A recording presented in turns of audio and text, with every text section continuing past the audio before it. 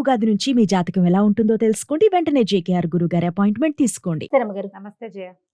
రమ్మగారు మనకి ఆంజనేయ స్వామి అనగానే సింధూరం గుర్తొస్తుంది. ఓన్లీ ఆయనకే ప్రత్యేకం. మనం ఆ కలర్ ఇంకెక్కడా చూడం. ఆంజనేయ స్వామికి సింధూరానికి ఉన్న సంబంధం ఏంటండి? మనం కరెక్ట్గా నాకు మీ శారీ కలర్ ఇంచుమించుగా అదే అనిపిస్తుంది. సింధూరపు రంగు. ఈ గంధ సింధూరాన్ని స్వామికి, ఆంజనేయ స్వామికి సమర్పిస్తారు. చాలా ప్రత్యేకమైన సేవ. ఆయన దేవాలయాల్లో అది ఇస్తారు, అది పెట్టుకుంటాం, అది వదలదు. అవును, దేవాలయంలో ఓ పక్కన అద్దం పెడతారు, అద్దం దగ్గర అంతా అవే మరకలు కనపడుతుంటాయి, వేలు నుంచి వదిలిపెట్టదు. నూనె వేసి రంగరిస్తారు, నువ్వుల నూనెతో రంగరిస్తారు. దీనికి పురాతన కాలం అంటే మనకు తెలిసి మన తాతల నాటి నుంచి కూడా ఆంజనేయ స్వామికి సింధూరానికి ఏమైనా సంబంధం ఉంది. ముందు కాలంలో ఏం చేసేవారో తెలియజేయ. అసలు ద్వాపర యుగంలో ఆంజనేయ స్వామికి ఏదైనా పూజ చేశారు అనే పాయింట్లు కూడా మనం వినం. మహాభారతమే కదా మనకి ద్వాపర యుగంలో ప్రమాణం. మహాభారతంలో కానీ భాగవతంలో కానీ ఆంజనేయ స్వామిని పూజించిన ప్రస్తావన రాదు. ఒకే ఒకసారి ఎక్కడొస్తుంది, ఈయన సౌగంధికాపహరణం కోసం వెళ్తాడు భీముడు. అప్పుడు ఆయనకి ఆ గంధమాదన పర్వతం మీద ఈ ఆంజనేయ స్వామి కనిపిస్తారు. అప్పుడు వీళ్ళిద్దరూ ప్రార్థిస్తే అప్పుడు ఆయన ఆంజనేయ స్వామి ఏమన్నాడు, ఆయన భీముడి ప్రార్థనను అనుసరించి వచ్చి మీ రథం మీద కేతనంగా ఉంటాను అని చెప్పాడు. అర్జునుడి రథానికి జెండాగా ఉన్నాడు.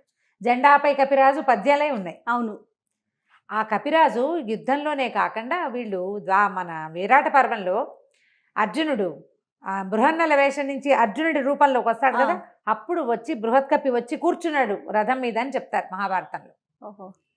కపి వచ్చేసాడట, ఆంజనేయ స్వామి వచ్చి యుద్ధం అనగానే అర్జునుడి రథం మీద ఉండాలి, వచ్చి కూర్చున్నాడు అని చెప్తారు. అవి తప్ప ఆంజనేయ స్వామి సేవా కాలాలు మనం అసలు చూడం. కానీ మనకి కలియుగంలో మన ముందు తాత ముత్తాతల నాటి నుంచి ఆంజనేయ స్వామిని సేవించడం ఉంది. కాలక్రమంగా రకరకాల కథలు వెలుగులోకి వచ్చాయి. పరాశర సంహితలో ఒక ప్రత్యేకమైన కథనని చెప్తారు ఆంజనేయ స్వామి సింధూరము కాంబినేషన్ మీద. ఎందుకు వీళ్ళిద్దరికీ ఈ సంబంధం ఉంది అని. మన రావణ వధ అనంతరం పట్టాభిషేకం జరిగింది సీతారాములతో పాటు. ఆంజనేయ స్వామి కూడా వీళ్ళంతా వచ్చారు. ఓకే, ఆంజనేయ స్వామి, సుగ్రీవుడు, తార, అంగదుడు, రుమ వాళ్ళే కాకుండా మళ్ళీ విభీషణుడు, జాంబవంతుడు అంతా కూడా శ్రీరామ పట్టాభిషేకం చూడడానికి ఇక్కడికి అయోధ్యకి తరలి వచ్చారు. చాలా కాలం ఆంజనేయ స్వామి సీతారాముల సేవలోనే ఉన్నాడట. అయితే ఒకనాడు ఆయన వచ్చేసరికల్లా సీతాదేవి సింధూరం పెట్టుకుంటుంది, బొట్టు పెట్టుకుంటుంది. అప్పుడు పాపిట్లో బొట్టు, సీమంతంలో బొట్టు పెట్టుకోవటం మన విధానం కదా. అంటే ఇప్పుడు మనం రామాయణ కథ అంతా నార్త్ ఇండియా కథగా మనం చెప్పుకుంటాం. వాళ్ళకి పాపిట సింధూరం చాలా ముఖ్యం ఆ ప్రాంతం వారికి. బొట్టు పెట్టుకుంటుంటే ఈయన అడిగాడు, అమ్మా ఈ సింధూరం ఎందుకు పెట్టుకుంటున్నావు నువ్వు అని అడిగితే సీతాదేవి చెప్పిందట, రాముడు అత్యంత ప్రీతిపాత్రుడుగా ఉంటాడు, ఈ బొట్టే రాముని యొక్క ప్రీతి, ఆయనకి ఇష్టం. రాముడు ఎక్కువ కాలం, చాలా కాలం చల్లగా ఉండటానికి ఈ బొట్టు పెట్టుకుంటేనే ఆయనకి మంచిది. రాముని ప్రేమ, దానికి కారణం ఈ బొట్టు అని చెప్పింది.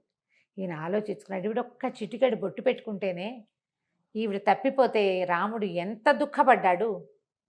ధీరోదాత్తుడైన వాడు, మామూలు వాడు కాదు, మహావీరుడు. ప్రపంచంలో ఉన్న వీరులందరినీ తోసిరాజనగలిగిన వాడు. ఆమె లేకపోతే ఎంత దుఃఖపడ్డాడు, అంత ప్రీతి. చిటికెడు బొట్టుతోటి అంత ప్రీతి వచ్చింది, అంత ప్రేమ భార్య అంటే. అందుకని ఆ సింధూరాన్ని తను కూడా పెట్టుకోవాలనుకున్నట్ట ఆంజనేయ స్వామి. రాముని ప్రేమ, దాన్ని గెలవటం, రాముడు ఎంతో కాలం చల్లగా ఉంటాం కోసం రెండు చెప్పింది కదా. అవును, ఆయన ఎప్పటికీ గెలుపొందుతూనే ఉండాలి రాముడు అంటే, మనం కూడా పెట్టుకోవాలనుకున్నాడు. పెట్టుకోవాలనుకుని ఈయన ఏం చేశాడు, సరే అట్లా వెళ్ళి సింధూరాన్ని తెచ్చుకున్నాడు. ఈయనకి కపి కదా, ముఖం అంతా వెంట్రుకలు ఉంటాయి. సీతాదేవి పెట్టుకున్నట్టుగానే పాపిటి పెట్టుకోవడానికి ప్రయత్నం చేశాడు, కుదరలా. ఇదంతా హెయిర్ ఉంటుంది, కుదరలేదు. సరే ఏమనుకున్నాడు, ఎట్లా రాలిపోతుంది ఇది, ఆవిడ పెట్టుకుంటే ఉందే, నేను పెట్టుకుంటే ఎందుకు లేదు, రాలకుండా ఉండాలంటే ఏం చేయాలని నువ్వుల నూనె కలిపాడట అందులో. కలిపిన తర్వాత ముఖం మీద పెట్టుకున్నాడు, నుదుటి మీద పెట్టుకున్నాక ఆయనకు అనిపించింది, ఒక్క చిటికెడు ధరిస్తేనే సీతాదేవి అంటే ఆయనకి పంచప్రాణాలు కదా, శరీరం అంతా ధరిస్తే రాముడికి ఇంకా ప్రీతిపాత్రుడిని అవుతాను నేను అనిపించింది. మొత్తం సింధూరాన్ని ఒళ్ళంతా అలదుకున్నాడు. ఆ స్వరూపంతో రాముడికి కనపడడానికి సభాస్థలికి వెళ్ళాడు. వెళ్ళేసరికల్లా అందరూ నవ్వారు చూసే వాళ్ళంతా. సభలో ఎంతమంది ఉన్నారు, ఉమ్, అయోధ్యాపుర వాసులంతా ఉంటారు, ఇంకా సామంతులు వాళ్ళు వీళ్ళు చాలా మంది ఉన్నారు. ఈయన సంబంధించిన వాళ్ళు కూడా, ఆంజనేయుడికి సంబంధించిన జనం కూడా చాలా మంది ఉన్నారు. ఏమిటి వేషం హనుమ అని రాముల వారు అడిగితే అప్పుడు ఏం చెప్పాడంటే, చిటికెడు సింధూరం సీతాదేవి ధరిస్తేనే ఆమె నీకు అత్యంత ప్రీతిపాత్రాలైంది కదా, అందుకని నీ ప్రీతిని పొందడానికి నేను ఈ సింధూరం పట్టించుకున్నాను స్వామి అని చెప్పాడు. ఆ మాటకి చాలా సంతోషించాడట శ్రీరాముడు. ఎవరైతే ఆంజనేయుడికి సింధూరం పెడతాడో వాడు నాకు అత్యంత ప్రీతిపాత్రుడు. ఏ ఇంట్లో ఆంజనేయుడికి సింధూరాన్ని ఇస్తారో వాళ్ళ ఇంట్లో నేను ఉంటాను. రాముడు మనతోటి ఉంటే ఏమిటి తక్కువేమి మనకు, రాముడు ఒక్కడుండు వరకు అన్నారు త్యాగరాజు. ఆయన ఉంటే ఏమీ తక్కువ లేదు, అన్నీ ఉన్నట్టే, సర్వం ఉన్నట్టే. భగవంతుడు మనతోటి ఉండటం. దాంతో అప్పటి నుంచి ఆంజనేయ స్వామికి సింధూరం ఇవ్వటం ఒక పద్ధతిగా మారింది. ఆయనకి సింధూరం ఎక్కించడం అనేది ఒక సేవ ఉంటుంది. మంగళవారాలు కొన్ని దేవాలయాల్లో స్వామికి సింధూరం మొత్తం పట్టిస్తారు. ఏవైనా ఆర్థిక సమస్యల్లో ఉన్నవాళ్ళు, ఒక తెలియని కారణాలతోటి ఇబ్బంది పడతారు. అంతా వ్యాపారం నడుస్తుంటుంది, ఏవో ఇబ్బందులు వస్తాయి, పిల్లలు పెళ్ళిళ్ళు కుదురుతాయి, ఏవో ప్రాబ్లమ్స్ వస్తాయి, అన్నీ బాగానే ఉంటుంది, ఏమిటో ఇబ్బంది, తెలియని కారణాలు ఉంటాయి వాటికి. అవి తీరటానికి సింధూరం ఎక్కించాలంటారు. అవి ఎక్కించడానికి ఏం చేస్తారంటే, ఒట్టిగా పొడి సింధూరం కాకుండా దాంట్లో నువ్వుల నూనె కలుపుతారు. నూనె కలిపిన సింధూరం ఇంకా వదిలిపెట్టదు, అందుకే అది జిగురు. అవునవును, జిగురుగా ఉంటుంది కదా. అయితే ఈ గంధ సింధూరము, ఆ సింధూరపు దాన్ని తయారు చేసే రాళ్ల వల్ల ఈ నువ్వుల నూనె కలిపితే కొన్ని చోట్ల మోకాళ్ళ నొప్పులకి వాటికి వైద్యంగా కూడా నార్త్లో వాడతారట. దాన్ని ఎక్కువ కాలం వృద్ధాప్యం రాకుండా ఉంటుంది సింధూరం అలదుకుంటే అని చెప్తారు. కానీ శరీరం అంతా సింధూరం పట్టించుకొని మనం ఎక్కడ ఉంటాం, ఉండలేకపోతాం కదా. కనీసం సంవత్సరానికి ఒకసారైనా ఆంజనేయ స్వామికి ఈ సేవ జరిపిన వాళ్ళు అకాల మృత్యువు దరిచేరదు వాళ్ళని. ఏడాదికి ఒక్కసారి మనమే స్వయంగా అలంకరించగలిగితే మంచిది, అవకాశం ఉంటే. లేదా దేవాలయాల్లో ఈ సింధూరం ఎక్కించే సేవ కనుక చేయిస్తే ఇక మృత్యువు రాదని చెప్పం మనం.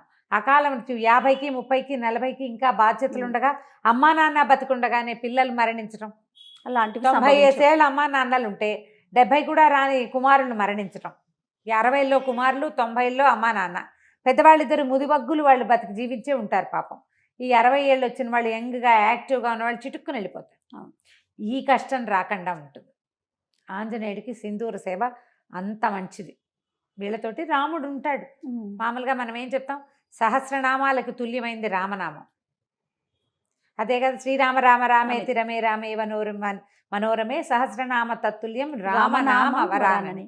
ఒక్క రాముడనే నామమే 1000 నామాలకి సరిపోతుంది. ఇంతకీ ఈ 1000 నామాలు ఏమిటి? 1000 రామనామాలు కాదు, 1000 వేరు నామాలు. విష్ణువు యొక్క అనంత శక్తిమయాలైన 1000 పేర్లకి ఒక్క రాముడనే పేరు కరెక్ట్ మ్యాచింగ్, దానికి తుల్యమైనది. అలాంటి రాముడు మన పక్కన ఉంటాడు. అందుకని ఆంజనేయ స్వామికి ఈ సింధూరం ఎక్కించడం ఒక పద్ధతిగా మారింది. మనం ఇటీవల కాలం మనకు దగ్గరలో కూడా ఆంజనేయ స్వామికి ఏముంది, ఆయన ప్రతి వీధికి సందుకి దేవాలయాలు ఉంటాయి. అవును, ఫలానా చోటే సింధూరం ఎక్కించాలి అని పెట్టుకోకుండా ఎక్కడ కుదిరితే అక్కడ తమలపాకులతో సేవ చేయించడం. తమలపాకులు ఆకుపూజ చేస్తారు కదా, ఆయన ప్రీతి. తర్వాత ఈ సింధూర సేవ, ఇది కనుక చేయిస్తే చాలా విశేషమైన ఫలితం లభిస్తుంది. తప్పకుండా. నమస్తే. నమస్తే.